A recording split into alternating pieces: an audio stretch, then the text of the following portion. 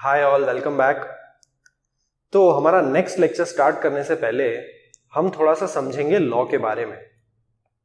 Friends, जो income tax अगर आप पढ़ रहे हैं, आप पढ़ने वाले हैं, तो वो क्या है? एक लॉ है। जो जीएसटी आप पढ़ने वाले हैं वो क्या है? एक लॉ है। और फ्रेंड्स, अगर आपने सीपीटी में अगर लॉ पढ़ा हो तो आपने ये चीज समझी होगी कि law is nothing but an act. और एक्ट के अंदर क्या होते हैं? कुछ सेक्शंस होते हैं, उसमें क्या लिखे होते हैं? प्रोविजंस लिखे होते हैं। एक्ट के अलावा एक्ट को सपोर्ट करने के लिए क्या इशू होते हैं? रूल्स इशू किए जाते हैं। तो एक्ट और रूल्स दोनों में डिफरेंस क्या है? ठीक है, ये हम समझेंगे। प्लस आपने ये चीज देखी होगी कि एक्ट के अंदर प्रोविजंस होते हैं। प्रोविजंस के अलावा कुछ नोटिफिकेशन भी इशू किए जाते हैं और कुछ सर्कुलर्स भी इशू किए जाते हैं। तो जब एक्ट है तो नोटिफिकेशन और सर्कुलर की जरूरत क्या है? नोटिफिकेशन और सर्कुलर में डिफरेंस क्या है? ये सारी चीजें हम आज के सेशन में समझेंगे। ठीक है, तो स्टार्ट करते हैं। तो फ्रेंड्स, जो एक्ट होता है it is initially in the form of a bill. ठीक है, जो एक्ट होता है वो क्या होता है? एक बिल होता है। और इस बिल को, ठीक है, इस ड्राफ्ट को जब पार्लियामेंट में रखा जाता है तो ये जो बिल है it is approved by both Lok Sabha and Rajya Sabha and when it receives the consent of a president. पहले कहां पे अप्रूव होगा? लोकसभा राज्यसभा में। ठीक है, हाउसेस ऑफ पार्लियामेंट में अप्रूव होगा। उसके बाद क्या होगा? इसको कंसेंट मिलेगा प्रेसिडेंट का। तो ये जो बिल होता है वो क्या बन जाता है फ्रेंड्स? वो एक एक्ट बन जाता है। ठीक है, एक्ट बन जाता है, मतलब नाउ इट इज एनफोर्स्ड। ठीक है, और सभी को, जनरल पब्लिक को उस एक्ट को क्या करना रहता है? फॉलो करना रहता है। उसमें जो भी रूल्स दिए उसको क्या करना रहता है? अबाइड करना रहता है। ठीक है, so bill when approved by both the houses of parliament and when it receives the consent of the president it becomes an act. अब फ्रेंड्स, जो एक्ट होता है, ठीक है, उसके अंदर होते हैं सेक्शंस। सेक्शंस क्यों होते हैं? मान लीजिए जैसे कि मैंने आपको पढ़ाया कि रजिस्ट्रेशन कराना जरूरी है। ठीक है, मुझे ये चीज बतानी है कि रजिस्ट्रेशन क्या होता है, रजिस्ट्रेशन कराना जरूरी है, तो उसके लिए एक अलग सेक्शन होगा। फिर मुझे आपसे बात करनी है कि रिटर्न फाइल करना है, रिटर्न फाइल करना जरूरी है, किसके लिए जरूरी है, तो उसके लिए एक अलग सेक्शन होगा। ठीक है, मुझे आपको बताना है कि टैक्स को पे करना है, कब पे करना है, कैसे पे करना है, क्या मीडियम है, ये मुझे अगर आपको समझाना है तो क्या होगा? उसके लिए एक अलग सेक्शन होगा। तो अलग अलग चीजों को एक्सप्लेन करने के लिए एक्ट के अंदर जो अलग अलग बातें की गई है, अलग अलग प्रोविजंस बनाए गए हैं, अलग अलग जो कंसेप्ट्स हैं, उन सभी चीजों को समझाने के लिए क्या है? सेक्शंस है। और सेक्शंस के अंदर क्या है? इन चीजों को एक्सप्लेन करने के लिए प्रोविजंस है। ठीक है फ्रेंड्स, समझ आ रहा है? क्लियर हो पा रहा है? अब हमारे पास अगर एक्ट है तो हमको रूल्स की क्या जरूरत है? रूल्स क्यों इशू किए जाते हैं? जैसे सीजीएसटी एक्ट है, तो इस केस में एक सीजीएसटी एक्ट है तो गवर्नमेंट को सीजीएसटी रूल्स लाने की क्या जरूरत थी? ठीक है, तो रूल्स क्या काम आते हैं? अगर एक्ट में कोई चीज एक्ट नहीं बोल रहा है, मतलब act is silent on some portion, act is silent about something, तो उस चीज को रूल्स के थ्रू लाया जाता है। फॉर एग्जाम्पल, जैसे एक्ट में लिखा है कि आपका अगर टर्नओवर 20 लाख से ऊपर जाता है तो रजिस्ट्रेशन कराना मैंडेटरी है, ये लिखा है एक्ट में। लेकिन उस रजिस्ट्रेशन को कैसे कराना है, रजिस्ट्रेशन की प्रोसेस क्या है? ठीक है, तो वो जो प्रोसेस है वो कौन बताएगा? जीएसटी के रूल्स बताएंगे। समझ आ रहा है फ्रेंड्स एक्ट और रूल्स का डिफरेंस? तो जो रूल्स है वो एक्ट को क्या करता है? कंप्लीट करता है, वर्केबल बनाता है। मतलब एक्ट बताएगा आपको कि रजिस्ट्रेशन लेना मैंडेटरी है, रजिस्ट्रेशन ले लिया तो आपका आउटपुट टैक्स कलेक्ट करना पड़ेगा। ठीक है, अगर आपको एक्ट बताएगा कि आपके लिए पेमेंट ऑफ टैक्स करना जरूरी है, कैसे पेमेंट करना है, क्या प्रोसेस है, ये कहां लिखा होगा? रूल्स में लिखा होगा। ठीक है, एक्ट बोलेगा रिटर्न फाइल करना मैंडेटरी है। ठीक है, रिटर्न कैसे फाइल करना है, उसके लिए एक जो प्रोसेस है वो कहां दी होगी? जीएसटी के रूल्स में दी होगी। ठीक है फ्रेंड्स, तो एक्ट और रूल्स का डिफरेंस आप समझ पा रहे हैं? Rule is more about procedural aspect, act is more about the provisions कि लॉ क्या कहता है, लॉ आपसे क्या एक्सपेक्ट करता है, उसको कैसे करना है, उसके लिए क्या प्रोसेस है, वो कहां दिया होगा फ्रेंड्स, रूल्स में दिया होगा। ठीक है फ्रेंड्स, समझ आ रहा है, क्लियर हो पा रहा है। तो ये है डिफरेंस एक्ट और रूल्स का। Government issues rules on various matters और processes regarding which act is silent. जिन चीजों के बारे में एक्ट साइलेंट है वो गवर्नमेंट किसके थ्रू लाती है, रूल्स के थ्रू। रूल्स से क्या होगा, एक्ट वर्केबल बनेगा, फंक्शनेबल बनेगा। ठीक है, अब बात करते हैं हम नोटिफिकेशन और सर्क्यूलर की। आपने एक्ट और रूल्स तो इशू कर दिए, अब मान लीजिए आप उन एक्ट या उन रूल्स में कुछ चेंजेस करना चाहते हैं, तो रूल्स और एक्ट में चेंज करने के लिए गवर्नमेंट क्या करती है, नोटिफिकेशन इशू करती है। यानी अगर मुझे लॉ में कोई भी चेंज करना है तो वो चेंज कैसे करूंगा मैं, through a notification, by issuing a notification. समझ आ रहा है friends. In case if any change is required in the act और rules, such change is brought through a notification. ठीक है फ्रेंड्स, क्लियर है, fine. In case there is any doubt or confusion in the provisions of the act or rules, जो provisions आपने पढ़े, जो rules आपने पढ़े, अगर उसमें कोई डाउट है, ठीक है, यानी चीजें अगर क्लियर नहीं है, तो उन चीजों को क्लियर करने के लिए गवर्नमेंट क्या करेगी, क्लैरिफिकेशन इशू करेगी। और ये जो क्लैरिफिकेशन इशू किए जाते हैं वो किए जाते हैं थ्रू सर्क्यूलर्स। अब फ्रेंड्स, नोटिफिकेशन और सर्क्यूलर में क्या मेजर डिफरेंस है। फर्स्ट डिफरेंस हमने समझा कि कोई चेंज लाना है तो नोटिफिकेशन लाएंगे, नोटिफिकेशन से लाएंगे। अगर मुझे कोई चीज एक्सप्लेन करनी है तो मैं कैसे करूंगा, कंफ्यूजन अगर दूर करना है तो गवर्नमेंट क्या करेगी, सर्क्यूलर्स इशू करेगी। ठीक है, अब ये जो नोटिफिकेशन होता है ना, this is binding on all. Notification is binding on all, यानी ये सभी को फॉलो करना रहता है। जबकि सर्क्यूलर एक ऐसी चीज है कि अगर सर्क्यूलर इशू होने के बाद, मतलब गवर्नमेंट की तरफ से, डिपार्टमेंट की तरफ से क्लैरिफिकेशन आने के बाद, अगर आपको डाउट है, क्लैरिफिकेशन आने के बाद भी डाउट है, और आप मानते हो कि ये जो सर्क्यूलर में जो मैटर दिया गया है, जो एक्सप्लेन दिया गया है, जो एक्सप्लेन किया गया है, अगर वो गलत है, तो आप उसको चैलेंज कर सकते हो इन कोर्ट। या तो आप डिपार्टमेंट से कहोगे कि सर्क्यूलर करेक्ट नहीं है, ठीक है, इसको आप रिवाइज करो। अगर वो रिवाइज नहीं करते हैं, वो नहीं मानते हैं, और आपको अभी भी डाउट लग रहा है इस जो सर्क्यूलर है उस पर, तो क्या कर सकते हो, आप उसको चैलेंज कर सकते हो in court.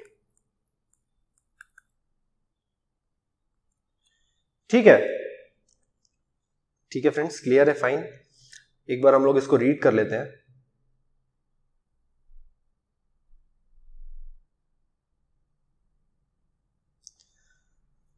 An act is a law that is passed by the legislature, मतलब passed in the parliament. When a bill is proposed to be enacted, it shall be presented before the respected legislatures. Respected legislatures मतलब law making bodies, मतलब both the houses of parliament for approval. Approval के लिए रखना पड़ता है in both the houses of parliament, ठीक है, law making bodies के आगे। After it is approved, the bill is presented before the president. The bill with the consent of the president shall come into force as an act. एक बार ये bill approve हो गया तो ये क्या बन जाएगा, एक्ट बन जाएगा। It is also known as a statute. Act को क्या बोलते हैं हम लोग, स्टैट्यूट भी बोलते हैं। However, most laws are not complete code in themselves, that is certain provisions as to their application or enforcement etc. are deliberately left out by the legislature due to which rules come into picture. मतलब जो procedural part है उसको act में involve न करके उसको किसके through लाया जाता है, रूल्स के थ्रू लाया जाता है। For example, CGST act 2017 is an act.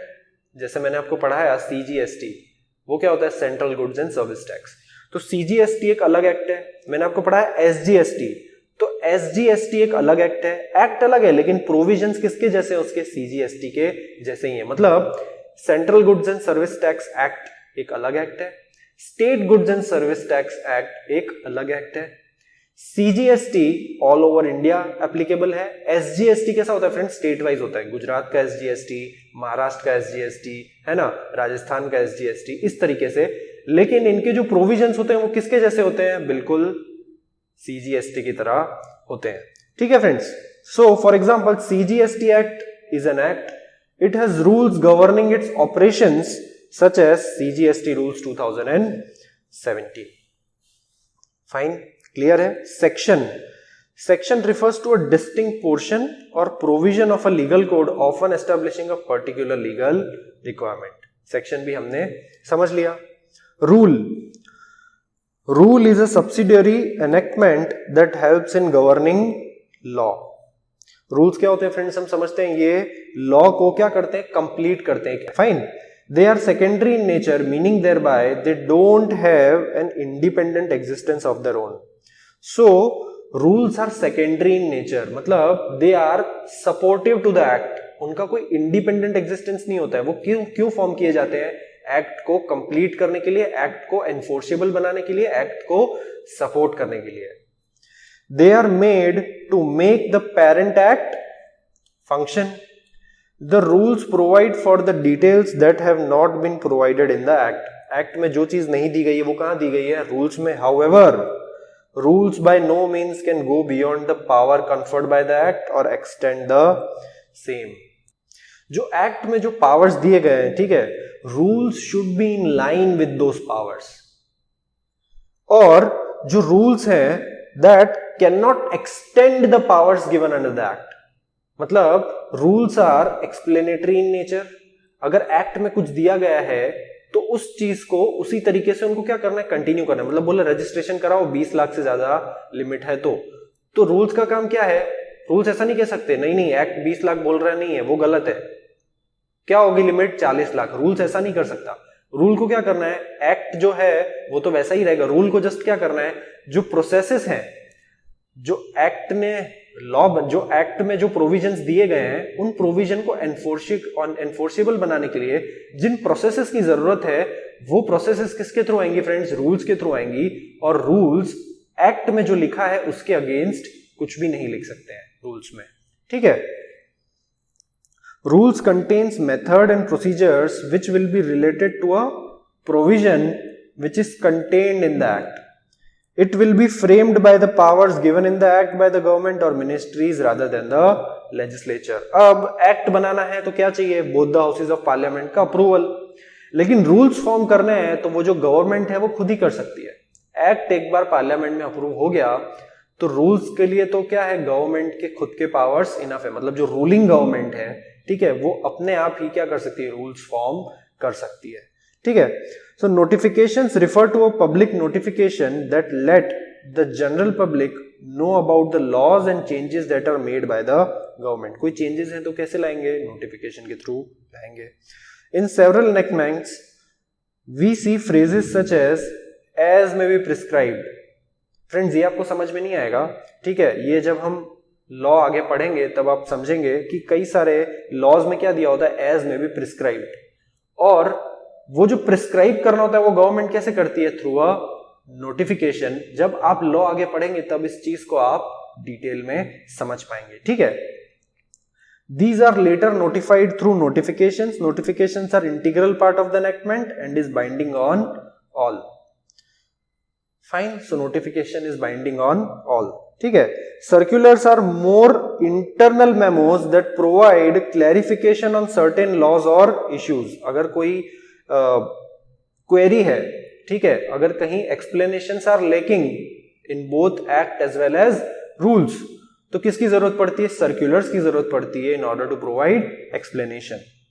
It has a persuasive value in judiciary though the courts are not bound by this. Courts are not bound by circulars. मैंने आपको समझाया ना कि अगर आपको सर्कुलर में कोई क्वेरी है तो आप क्या कर सकते हो, उस क्वेरी को जो डिपार्टमेंट ने जिसने इशू की है उस डिपार्टमेंट के सामने रख सकते हो कि सर्कुलर आप रिवाइज कर दो, ये this circular is not in line with the law, this circular is not in line with the rules.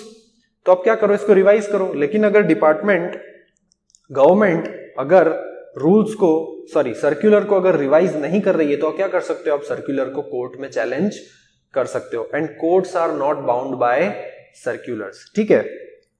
Any person having objection with a circular may approach the concerned ministry और department and seek alteration to that circular, ठीक है। Concerned ministry और department को क्या कर सकते हो आप, अप्रोच कर सकते हो कि सर्कुलर आप चेंज कर दो।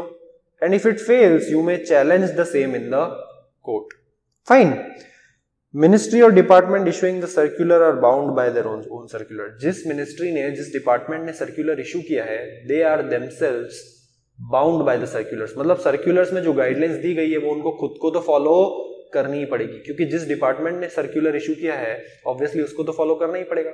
जैसे इनडायरेक्ट टैक्स में का बोर्ड कौन है, CBIC, central board of indirect taxes and customs. तो जीएसटी से रिलेटेड जितने भी नोटिफिकेशन, सर्कुलर्स या रूल्स इशू होते हैं वो कौन इशू करता है, CBIC, central board of indirect taxes and customs. तो जो भी सर्कुलर CBIC इशू करेगा वो सभी के सभी जो सर्कुलर्स है that are binding on CBIC but not binding on courts and as well they are not binding on us. अगर आपको उनमें कोई भी डाउट है तो क्या कर सकते हो आप, उन सर्कुलर्स को चैलेंज कर सकते हो, ठीक है friends.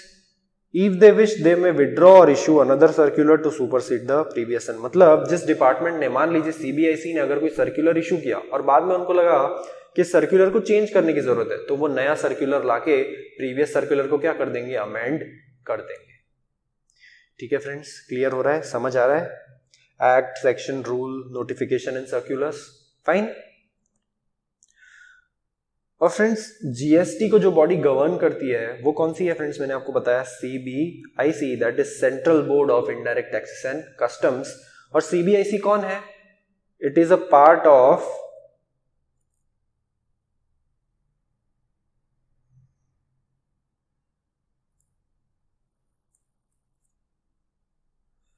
Department of revenue and this department of revenue belongs to finance ministry।